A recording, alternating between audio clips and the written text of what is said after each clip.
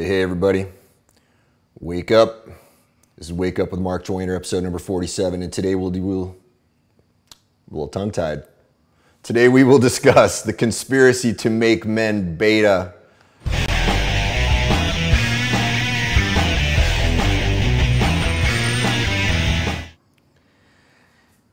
Is there a conspiracy to make men beta males? Is it necessarily a bad thing? Let's address that first. Is it a bad thing to be a beta male? Well, I guess it depends on what you want, right?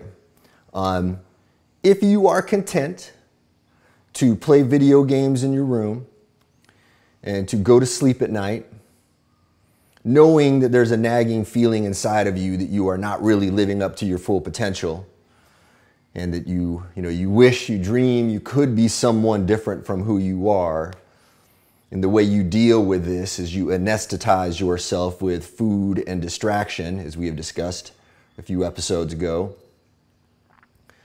If you are content with that, then maybe it's not such a bad thing. Maybe it's okay. I'm not going to judge you. I'm not here to judge you. Okay? Your happiness is your happiness. Your path is your path. Mine is mine. It's all cool. Right? Depends on what you want. Personally, I am not content to live my life that way.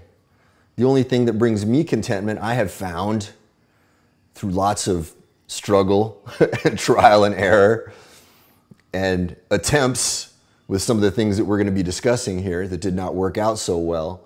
I have found that the only way to have contentment for myself is to push myself to be better and better and better all the time, and to face my demons, to face my struggles, to do the Greater Jihad, as they say in Islam. Probably offensive to some people. We can find wisdom everywhere, can't we? Okay, remember, there's the lesser jihad and the greater jihad. I'm not a Muslim, but as I understand their faith, the lesser jihad is the fighting part. The greater jihad is the battle inside yourself. This has been echoed throughout many, many different religions and cultures. Right? I think that's the grand fight that we all have. Are we going to be the best versions of ourselves? Or are we going to do what we really need to do? I think that there are reasons for that. And I think, by the way, this ties into making you alpha or beta.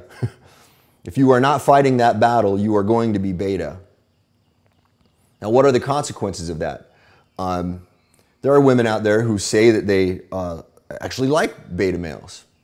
I question it. Maybe they do. Maybe they do. Maybe they're cool with it. But I think on some level, most women, and by the way, every man, every woman, everyone is different. Okay, and I'm speaking in generalities here. And generalities will never cover the entire truth. But if we are to generalize about male-female relationships, I do think that a woman wants a strong, self-assured man who is clear on his path, who can provide and protect. And I think that if she doesn't have that on some level, she's going to feel uncomfortable around you. I think that's the truth. That is what I've experienced. Having gone from that whole spectrum, I was raised to be very weak. In the heart of liberal California, I was inculcated into that ideology of just be sensitive and all that stuff. All right, and that's cool, right? I mean, in some level, like, hey, I endeavor to be a compassionate dude, right? I want to see more compassion in the world. I want to see us try to understand each other more. But if that comes from a position of weakness, I think that there are some terrible, terrible consequences. Men, I don't think you're going to really attract women, to be honest with you. Point blank. I'm sorry. Maybe some women will tell you it's okay, but I think you get a sense that that's not true. See who they look at. See who they pay attention to. See who they're actually attracted to. Watch the behavior. Don't listen to the words. Okay? I think that's where the truth comes out. The other consequence is, if you're just a sensitive guy who is not being sensitive and compassionate from a position of strength, if you're doing it from a position of weakness, I do believe you will turn into a passive-aggressive little monster. All right? To be blunt. Posted about this on Facebook a little bit yesterday. I think that is the consequence of not reaching into your true strength. Okay, I think that's the truth. Okay, now, is there a conspiracy to make men betas? Well, let me point out some things that are happening. Some of them may be on accident. Some of them may be on purpose. Some, in fact, are on purpose. Okay, there's no doubt that some of this is on purpose. All right, what's some of the stuff that we can observe that's making men beta? Well, a lot of the food that we eat is making us weak.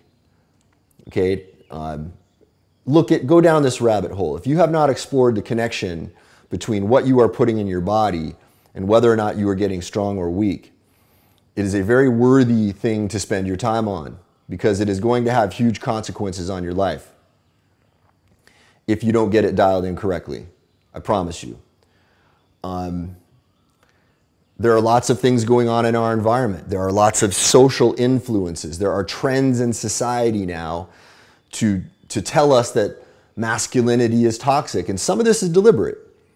I'll give you a very, very clear example of some of this being deliberate. The American Psychological Association recently put out an opinion paper. Is it the American Psychological Association or the American Psychiatric Association? One of the two. They put out an opinion paper saying that traditional masculinity is toxic, and amongst the traits that they listed were stoicism. Stoicism is now toxic masculinity, right? So what does that mean to be stoic? Well, if you look at the history of the philosophy of stoicism, it basically means understanding that life is hard and facing the difficulty of it and enduring it, right? Facing the struggle rather than trying to run away from the struggle, facing it and dealing with it. And there are some wonderful benefits of that philosophy. Personally, incorporating stoicism and the enormous memeplex of ideas that make up my collection of philosophies that make up my current identity, my constantly evolving identity, stoicism is there for sure. Why? I think there is a lot of benefit in hardening yourself, making yourself face what is difficult. In fact, I think this is the thing I've come to realize over time. I endeavor to make myself stronger as I get on through life. I endeavor to face the difficulties, and I have found that is where I find my inner peace. I found that avoiding these things does not give me any inner peace at all. Now, you might say, well, if it's the APA, aren't those guys the professionals? Don't they know? Shouldn't I not question the experts? These guys are the ones who've been studying this their entire lives. Well, that's what it appears to be on the surface, but let me tell you the truth. Okay, the truth of the matter is that these are human beings just like us, and they are slapping labels on phenomena that we don't frankly understand. And I suspect there may even be an agenda behind some of this stuff. Okay, I can't know if there's an agenda, right? I suspect it because I see the evidence of it all over the place. There appears to be a coordinated effort to be pushing our minds in particular directions. All right, whatever the reality of that is, let us ask whether or not we should allow authority figures to determine our truth. Should we? Should we? Well, let's look at this from a persuasion lens. It is a heuristic, a shortcut that we use to navigate the complexity of life.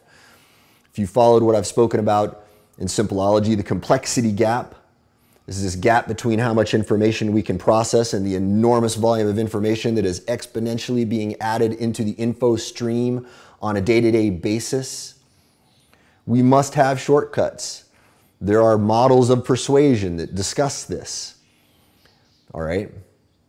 And looking to authorities for guidance is sometimes a wise shortcut.